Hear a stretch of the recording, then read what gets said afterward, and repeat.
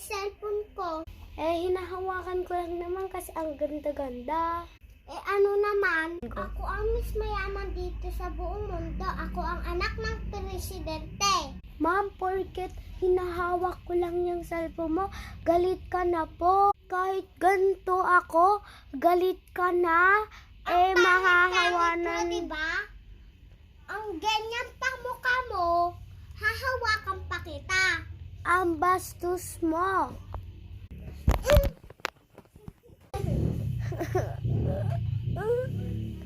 Aray ko, ang sama mo. Dapat lang sa'yo yan kasi kapangit mo. Grabe ka na ha. Kasama mong babae ha. Ikaw lang pinagsasabihan kung bakit ka nandito. Itong cellphone ko, basag na dahil hinahawakan mo pa. Dugo ba to? Ma'am, pasensya na po, sorry. Wag mo akong hawak-hawakan. Nasugat mo na nga lang ako, di ba? Sorry po. Ipapapulis na kita! Papatawagan ko na nga tong babae na yan. Hello? Yes? Ma'am? Ay, ipapahuli ko na yung yung nagpapalimos na dito. Nasa kanto lang siya. Dun sa bintana malapit yan sa police station. Tapos, diretso.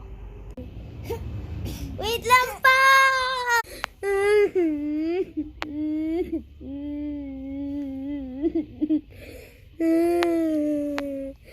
Mas nandito ako sa kulungan.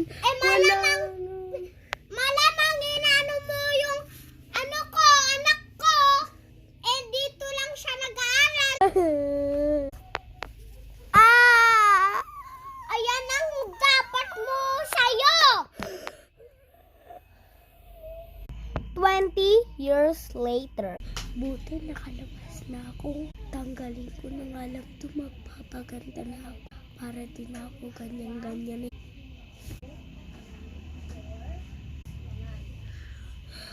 Nasaan yung wife? Ito ang wife. Dali lang.